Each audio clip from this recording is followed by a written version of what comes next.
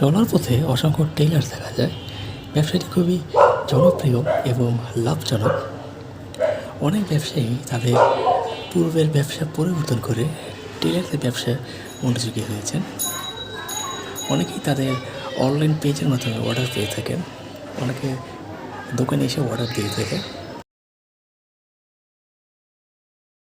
আমি সকালবেলা ভোরবেলা ঘুম থেকে উঠা দোকানে আসি। প্রথমত দোকানে এসে মনে করো যে সকালবেলা নাস্তা করি, দোকান আর কি ঝাড়ু দিয়ে দোকান পানি ছিটে তারপর নাস্তা করতে। নাস্তা করার পরে আইসা মনে করো যে সকাল 9:30 থেকে কাজ শুরু করি।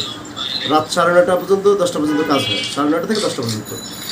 এর মাঝে তোমার আর কি আমার আর কি যেটা হয় সেটা হলো দুপুরে 12:30 থেকে আর কি 1টার পর থেকে আমার 2টা পর্যন্ত লাঞ্চ ব্রেক।